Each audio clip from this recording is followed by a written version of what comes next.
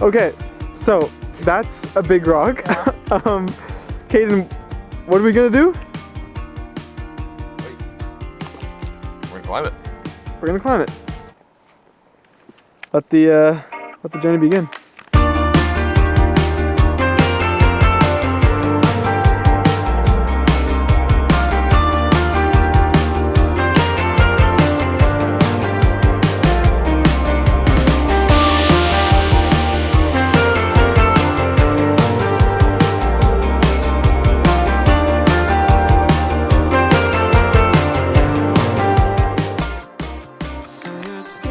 Alright, checkpoint. How you feeling so far? Talk to it. Alright. That's where we started. Alright, it's recording. Okay. So, that's a big rock. That is a big rock. Bro.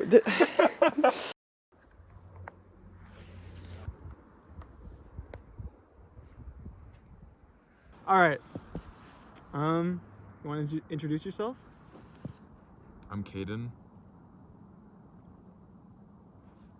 Nice to meet you. Are you hearing this, chat? I got this story, bro. Alright, story? Yeah. Okay. So last night... Oh, wait, did I tell you? Damn. Last night, this guy, he came up to me and Casey, and he's like, "Hey guys, I'm gonna teach you how to talk to these women." And then these girls behind us, and I was like, "All right, bro, show us some bag work." He goes over, starts talking to me. He's like, "You're so fine, blah blah blah. You're so cute. Like, I want you so bad." And then he drops his drink, and then he picks it back up, and we're right next to the DJ, and so he puts it on their table, and they're like, "Man, get that out of here! What are you doing?" It's like, "Oh, whatever." And then he walks over back to me, and Casey's like, "That's mission failed. Sometimes you just end up dropping your drink and spilling everything. $5 worth. Want to kill myself." Bro. I was like, okay. Yeah, that I would definitely take advice. That's No. And then I was like, I started talking to that girl. It was a guy I knew, 6'4", and he was like, "Oh, okay, yeah, you just gotta match the vibe. She's already dancing. I'm gonna dance with her." Little did he know he could plow him. okay. No, it was and he was like my buddy. I was like, "What are you doing, bro?" He turned around and looked at him. It was so funny. And then yeah, he was like, "Well, mission failed twice." I was like, "Yeah." And then we left, and then went to Boomers, and then that fight happened. All right, YouTube Shorts or Instagram Reels? Okay. Actually.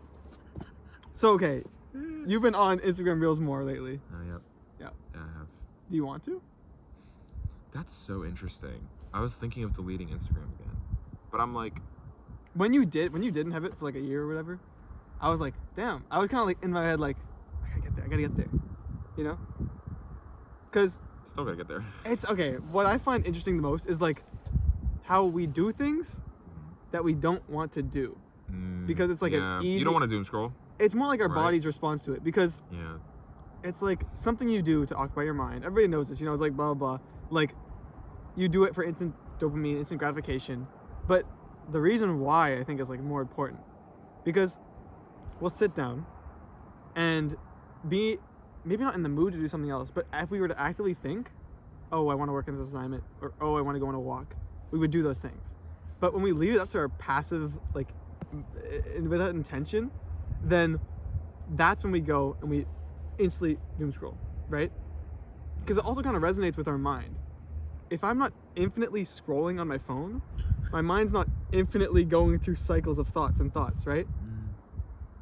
It kind of reflects, like, the more I do things like that, the more it will reflect in my own personal day-to-day life. So that's why one of my goals lately is to be more intentional with my time, because I only have so much. And when I am intentional with it, that kind of reflects in other parts of my life. If I'm intentional with my time, I can be more confident with the things I do because I know what I'm doing. I'm actively doing it. I'm not just leaving it up to my brain's response, my body's response. Because so much of the time, our brain will do things that it doesn't know whether it's good or bad for us. It kind of just seeks some sort of hit. and that hit isn't always what's best for us. Do you have a financial goal? Financial goal? Yep. Honestly, I don't think about money that often in terms of goals. I usually just like, I want to make enough to sustain my life, and then with that life, that's where I want to put my goals, you know? So sustain as in, like, I'm not dying. Like, a lot of my goals don't necessarily depend, except for like travel, on money. But like, there's so much you can do with your life that you need to get done in the first place, right?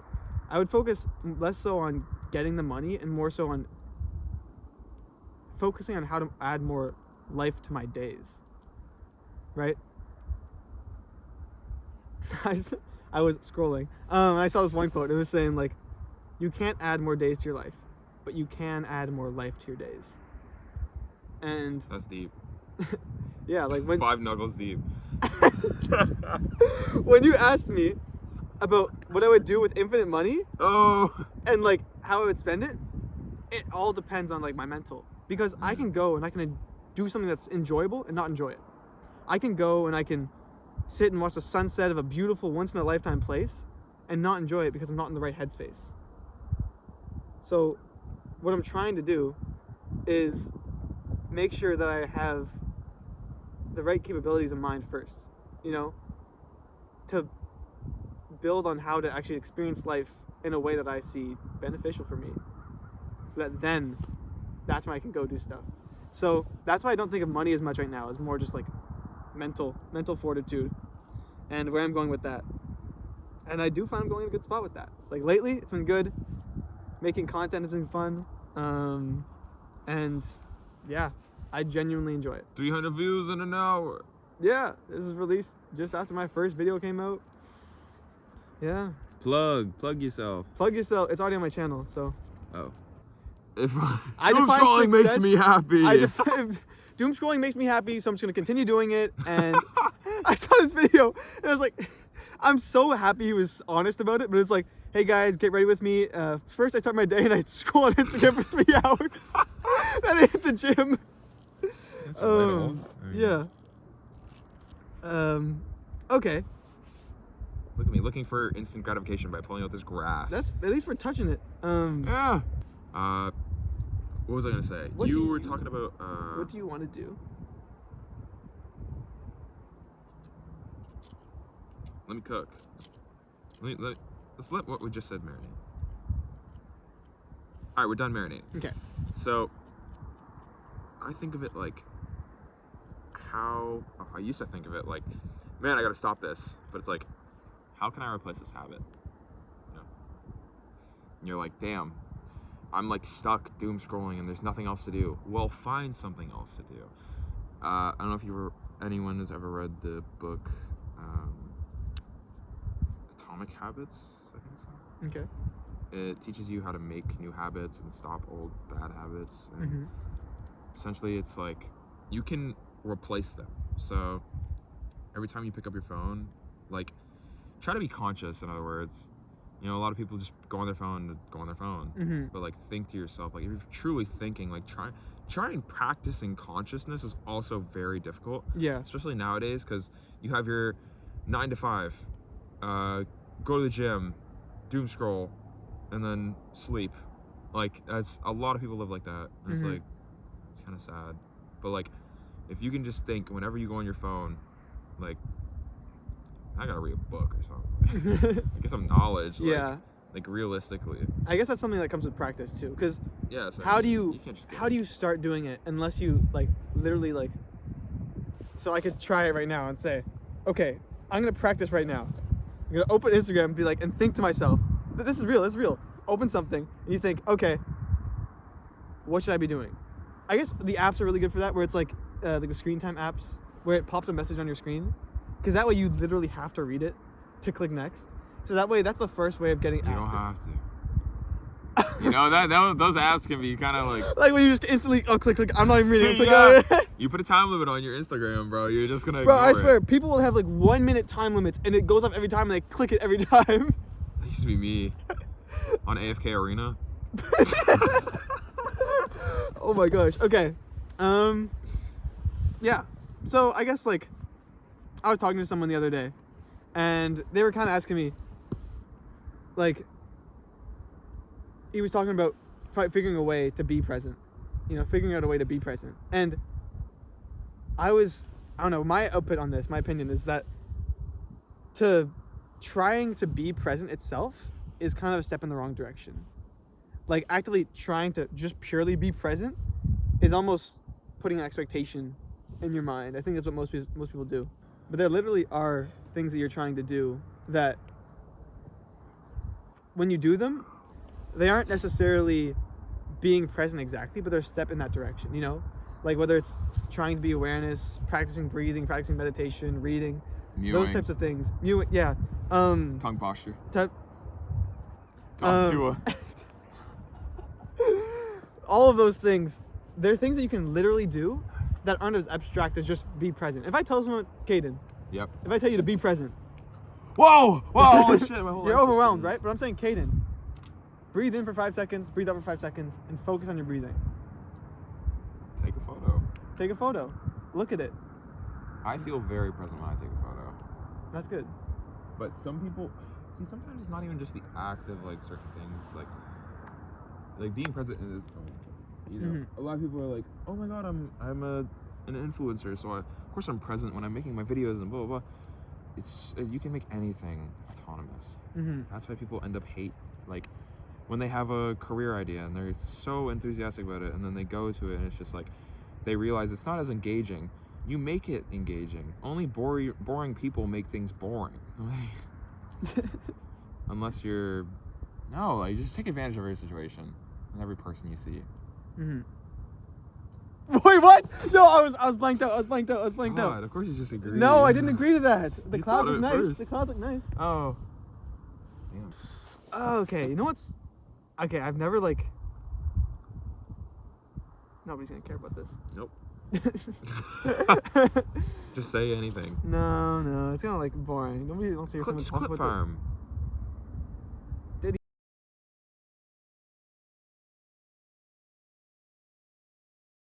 All right. Wow, what a podcast. No. You're gonna be censoring us It's not a podcast. instead of it's not a. It's a video instead now. of cutting it. It was gonna be a podcast, but now it's a video because I have to cut it so much. You can't say that.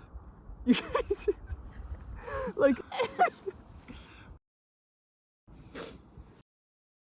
Oh my god. Better? Is that better? Oh my notes say not. Can we go back to the question? Top 5 Dark Souls bosses. I can actually cut.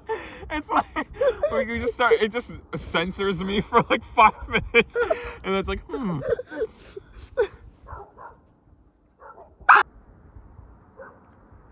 Number 5, Nameless King. All right, we're not doing the rankings. Or 4 Kings. We're not doing the rankings. What? What? It took too long. What? Do you have it? It's just nostalgia. Gargling on artificial testicles. Goats. You said G-A. Gargling? Sorry, go ahead. Gargling on artificial testicles.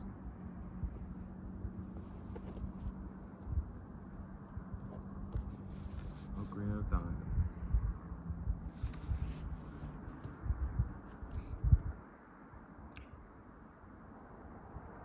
Wait, why is Ocarina of Time? My grandfather, Pop, as we used to call him, he was a pastor.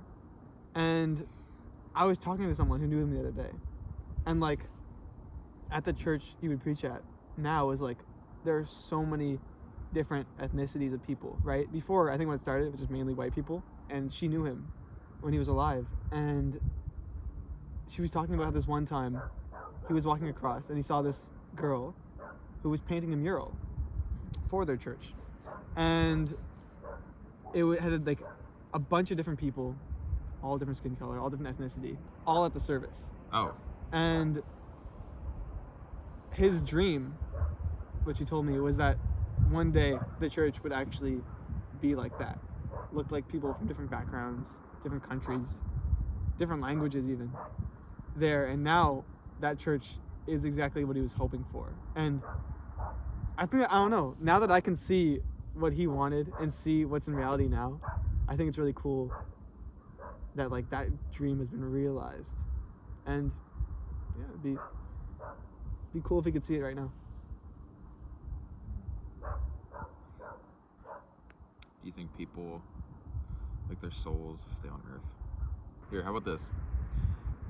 I am not a fan. Oh, it's so hard. Of being friends with your ex. I'm not cool with the idea. Mm-hmm. I think there's like a limit to the relationship. Like, there's like it really depends on the two people. Because like it can be a healthy alternative, right? If there's still some, I don't want to say some connection because then it feels like you're feeding off of the relationship. But obviously, like, I don't know how easy or hard it could be, you know? Yeah. Like, if I had a wife, let's say it was the guy that was before me, too. He treated her perfectly, whatever. She's like, I'm going to go hang out with him for a day. In my mind, I'm like, damn, you know what he looks like naked? You guys had sex before, and, like, I'm just like, you were attracted to him once. Why not anymore? Like, and physically, too, right? Well, okay, I think if she's still attracted to him, there's a problem there because you're married. I mean, you can still find someone objectively attractive, right? Yeah, I think she's pretty, right? What if you thought your ex-girlfriend was pretty, right? I feel like, I don't know. For me, it's tough. Personally, I don't think anybody's pretty. Like, actually, if I'm with someone, like when I'm with someone, their like beauty kind of like takes over my mind at all times, right? So if I'm with anybody else, then it's like I don't even have the option to see it that way. You know, when the connection is strong enough, at least, you know, like after being with them for a certain amount of time, and the more the connection develops, then I don't really have the opportunity to even see someone else in a romantic way, or even just lust. Oh, like never romantic. Even just lust, like you were saying, like. So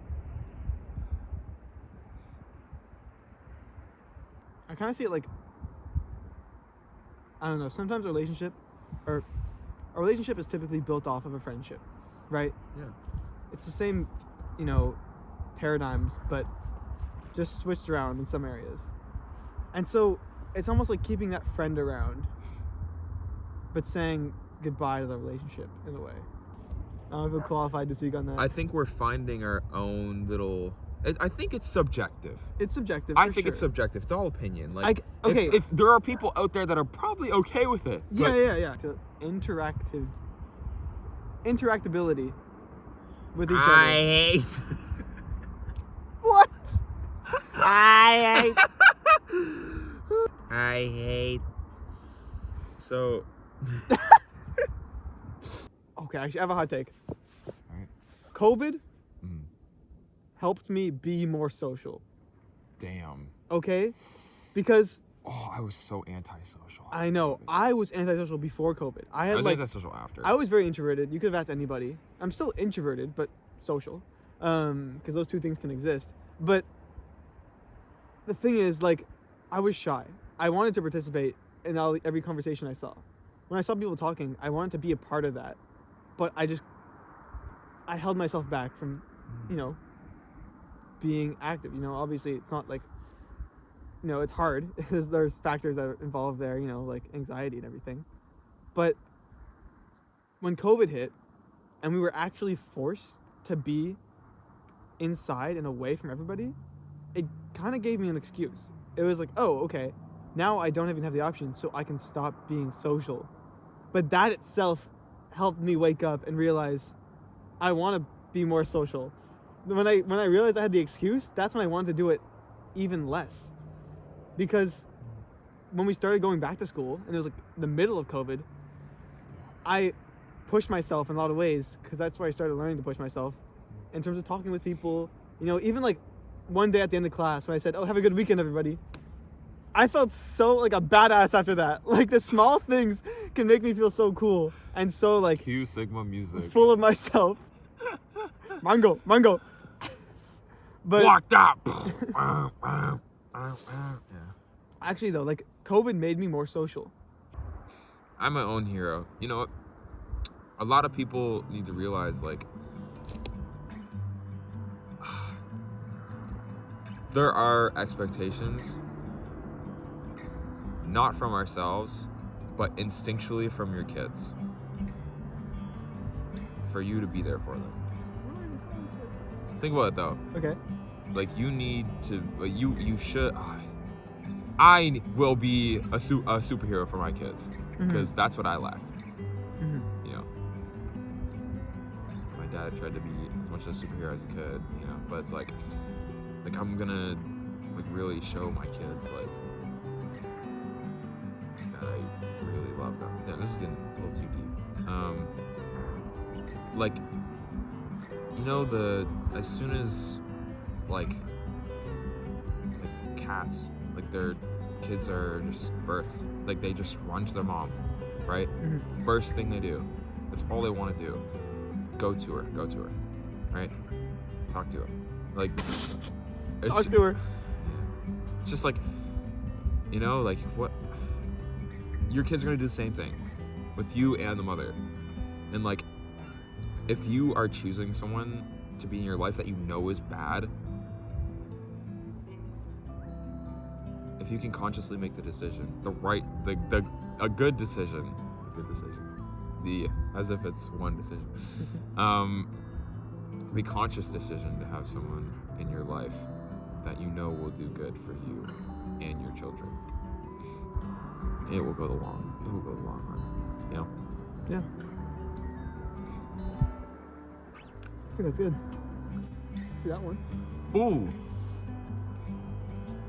I think. Oh, this is a good one. All right. You can put this in the video. Okay. I think during the winter time when it's a snowstorm and you have a fireplace in your house, is better than playing games when it's raining outside. Oh. Those vibes are like so good. And imagine you got a girl too in the winter in the snowstorm. All right. Thanks for shoving that part in. Thanks for shoving that part in. Wait, what? We're both single. Okay. So. Okay. Playing games at the fireplace with the snowstorm. You know, like combine it all together. Nah, but just. And like, it's raining. And like your mom made cookies. Okay, hold on.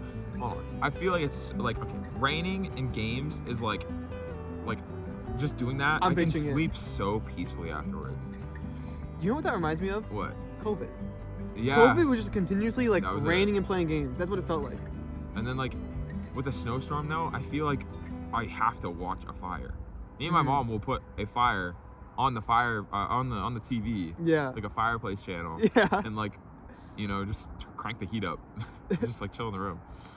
You know, it's just like, it's such a vibe. Like I feel like when there is a fire, you want to watch it, right?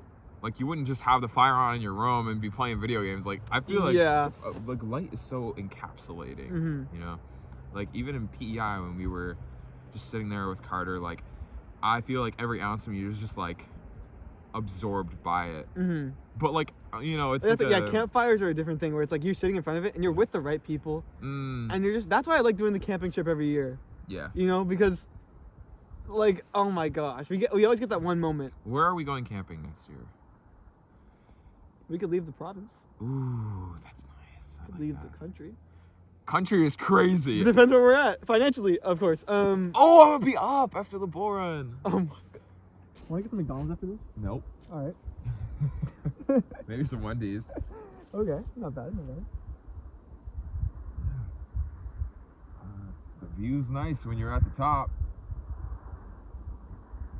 Yeah. Good thing we're always at the top. Woo! Hey, take 3. All right. 3, 2, 0. Catch you on the flip. 'Cause lately